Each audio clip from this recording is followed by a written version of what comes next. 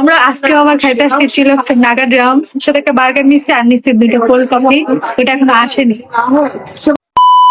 আসসালামু আলাইকুম এভরিওয়ান, আপনারা সবাই কেমন আছেন? আলহামদুলিল্লাহ আমি অনেক ভালো আছি। তো ফার্স্টে ইন্ট্রো দেখেই তো বুঝে গিয়েছেন আজকে আমি কোন জায়গায় এসেছি, যে জায়গায় আসলে কিনা আমার ডায়েট, টাকা পয়সা সবকিছু মাথা থেকে বেরিয়ে যায়, শুধু খাওয়ার জন্য এখানে আসি আমি। হ্যাঁ, আপনারা ঠিকই ধরেছেন, আমি আবারও চিলক্সে এসেছি এই নাগা ড্রামস খাওয়ার জন্য। আর তাদের কোল্ড কফিটা তো আমার মোস্ট সব থেকে ফেভারিট, যেটা খেয়ে কিনা আমি শেষ করতে পারি না।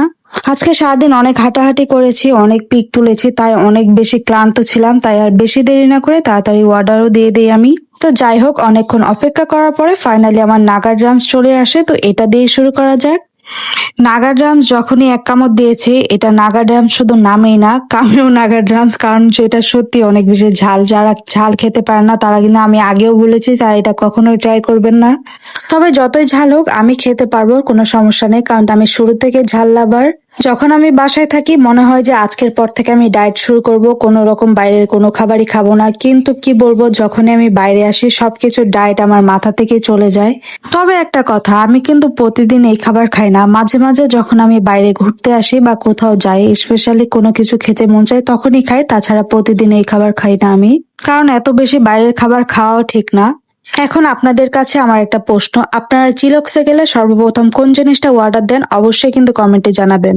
তবে 2-3টা বাইট দেওয়ার পর আমি কোথাও নাগা ড্রামসের নাগা খুঁজে পাচ্ছিলাম না। শেষে যখন আমি আরেকটা কামড় দিই তখন পুরো নাগাটা এক পাশে দেওয়া ছিল। আপনাদেরকে একটু দেখাচ্ছি, দাঁড়ান।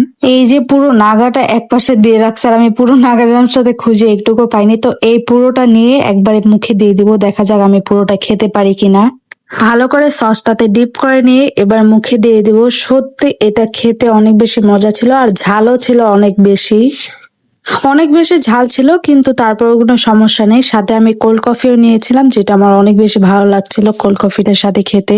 চিলক্সের আমার অন্য কিছু ভালো না লাগলেও ওদের কোল্ড কফিটা আমার কাছে অনেক বেশি ভালো লাগে, কারণ অনেক বেশি কোয়ালিটি থাকে, আর সেটা আমি খেয়ে একা শেষ করতে পারি না। সত্যি কথা বলতে, আমি যখন রমনাতে ঘুরতে গিয়েছিলাম তখন তো আমি আর ওজনটা মাপিয়েছিলাম, অনেক বেশি ওজন বেড়ে গিয়েছে। তাই ভেবেছিলাম যে আমি আজকে থেকে ডায়েট শুরু করব, কিন্তু যখনই আমি এই কথা ভাবতে যাই তখনই আমার ডায়েট করা আর হয় না, কেন জানি না। তবে যতবারই আমি ডায়েটের সিদ্ধান্ত নিয়েছি ততবারে কোথাও না কোথাও যাওয়ার আমার প্ল্যান হয়ে গিয়েছে।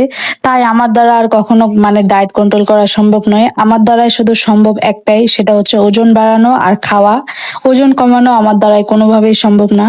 এই যে যারা আমাকে বলেন যে আপনি এত বেশি মোটা হচ্ছেন কেন, এত বেশি হুট করে মোটা হয়ে গেলেন কিভাবে, আসলে আমার মোটা হওয়ার পিছনে কারণ একটাই, যেটা হচ্ছে আমি অনেক বেশি বাইরের খাবার খাই, যেমন হচ্ছে ফাস্ট ফুড। আর খাওয়াটা বেশি হয়, এই কারণে আমি মোটা হয়ে যাচ্ছি। মূলত যখনই আমি বাসায় থাকি তখনই আমার ডায়েটের কথা মাথায় ঘুরে আর কি, আজকে থেকে ডায়েট শুরু করবো। আর যখন আমি বাইরে আসি তখনই মনে হয় যে না, আজকে থেকে খাওয়া শেষ করি, কালকে থেকে ডায়েট শুরু করব। এভাবে আর কি দিন চলে যায়, আর ডায়েট করা হয় না। আজকে সারাদিন অনেক ক্লান্ত হয়ে গিয়েছে আমি বাইরে ঘুরতে, ভিডিও করতে। যারা এখন পর্যন্ত আমার 3D আর্ট গ্যালারির ভিডিওগুলো দেখেননি, অবশ্যই আমার পেজে ভিজিট করে ভিডিওগুলো দেখবেন। আশা করি আপনাদের অনেক বেশি ভালো লাগবে। আজকের ভিডিওটা কেমন লেগেছে অবশ্যই কমেন্টে জানাতে ভুলবেন না। আর যারা এখন পর্যন্ত আমার পেজটা ফলো দেননি, ফলো দিয়ে লাইক, কমেন্ট, শেয়ার করে আমার পাশেই থাকবেন। দেখা হবে নেক্সট কোনো ভিডিওতে। Bye bye.